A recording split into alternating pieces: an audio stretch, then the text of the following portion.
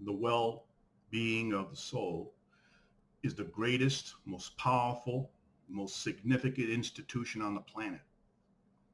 But it isn't the greatest institution. It's one of the worst institutions. The soul is not the center of the universe on our planet. The soul is the last thing people ever think about. The soul is exploited by so many things. It has no time or energy or money for itself and its own desires and its own ambitions. That's the way human civilization is.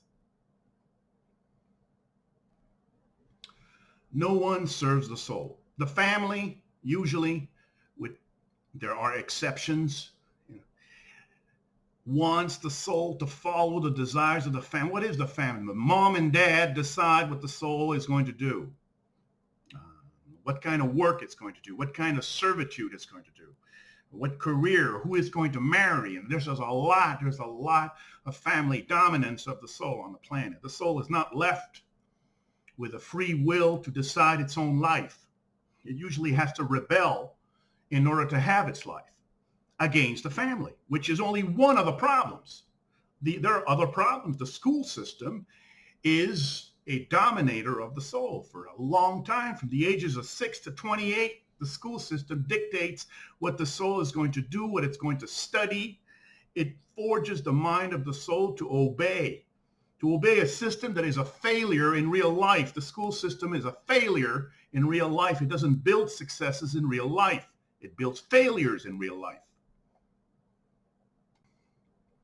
The soul is nothing on the planet. The soul sentiments are nothing on the planet. Most human beings live very few soul moments in their lives.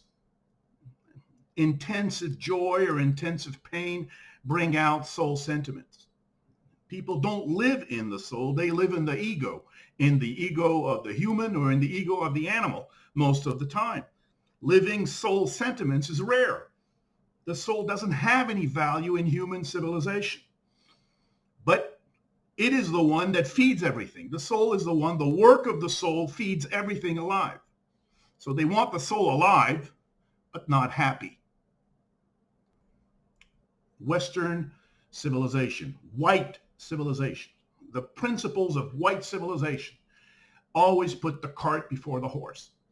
Okay? The horse is the soul. The center of the universe is the soul well-being. If the soul is unhappy, everything has failed. The government has failed. The family has failed. The companies have failed. The sky deities we love so much have failed. The school system has failed. If the soul is unhappy, life has failed, which means the soul is the central entity of life. It's the determinant and the measure of life itself. Even a man like John F. Kennedy said, ask not what the country can do for you, ask what you can do for the country. What is the country? The country is the government.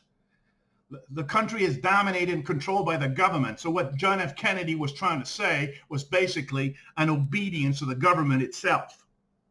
We elect a government to bring us a good life. We don't elect a government to obey it. John F. Kennedy himself lost the North completely. We, the souls, are trained to serve so many entities: the government, the family, the school system, the sky deities, the big companies, and the rich love to be served by the poor. So the soul is forged to serve so many things that it doesn't even have a sense of itself. It feels happy only when all these entities are happy with it.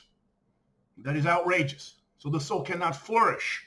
It lives for other people, for other entities. It doesn't live for itself and its own fulfillment, which is the formula for paradise. The soul has to be happy. The government has to serve the soul and the needs of the soul. The government, for example, has to serve the survival of the soul. The soul needs a home. It needs cheap rent, cheap food, cheap cars. The government is there to serve that. It doesn't do that. The government sells nationalism to the soul and asks for the soul to serve the government. The cart is always before the horse. Most of human families act in the same way like the government. They demand the soul to serve the family instead of the family serving the soul so that the soul should flourish.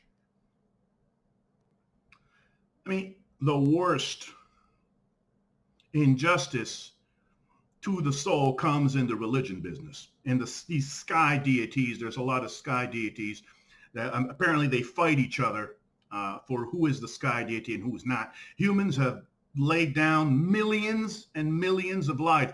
More people have died in the name of religion than any other cause.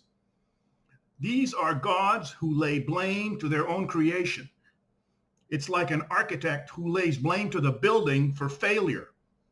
If there's a problem on the planet and there's a creator of the planet, the problem is in the creator of the planet. The creator cannot blame its creation. The creator built, created. How could he blame his creation for the problems that he himself has built? The well-being of the soul is the center of the universe. It's the measure of life. It's the greatest institution is the soul well-being. If we live on a planet where the soul is well-being, where the soul is happy, where most souls are happy, we have a successful planet. That's the measure of life right there. So all the agents that are supposed to bring us a good life don't bring us a good life.